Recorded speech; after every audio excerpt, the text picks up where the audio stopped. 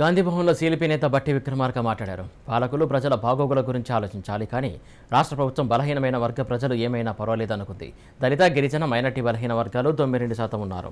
KCR CM కావడానికి మొదటి దళిత ముఖ్యమంత్రి అని కలల ప్రపంచం సృష్టించారని బట్టి అన్నారు.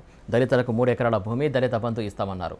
కానీ ఇవేవీ ఇవ్వలేదు. బడ్జెట్లో 17,700 కోట్లు లెక్కలు చూపించారు. కనీసం 300 కోట్లు కూడా ఖర్చు చేయలేదని బట్టి విక్రమార్క విమర్శించారు.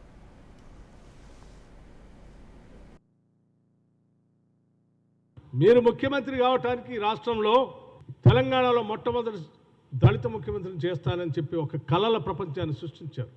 ఆ తర్వాత భూమి లేనిటువంటి దళిత గిరిజన కుటుంబాలందరూ కూడా 3 ఎకరాల భూమి ఇస్తా అని చెప్పి ఒక అద్భుతమైన కలల ప్రపంచాన్ని సృష్టించారు.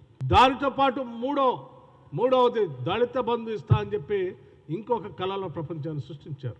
పాపం రాజ్యాధికారంలో మాకు ప్రధానమైనటువంటి భాగస్వామ్యం దొరుకుతున్నటువంటి ఆశతో లక్షలాది మంది దళిత సోదరుల్ని ఓటేశారు.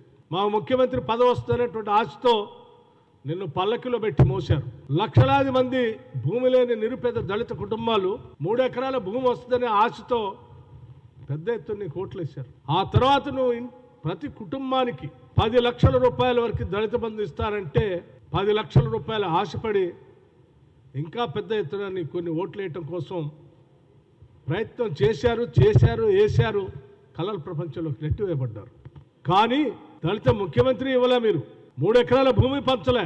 దళిత బంధు 10 లక్షలు ప్రతి కుటుంబానికి ఇవ్వలే. చివరికి బడ్జెట్లో 17,700 కోట్ల రూపాయలని బడ్జెట్లో లెక్క చూపించి చివరికి ఏమైనా ఖర్చు పెట్టారంటే కనీసం 300 నుంచి 400 కోట్ల రూపాయలు కూడా రిలీజ్ చేయలేదు, ఖర్చు పెట్టలేదు.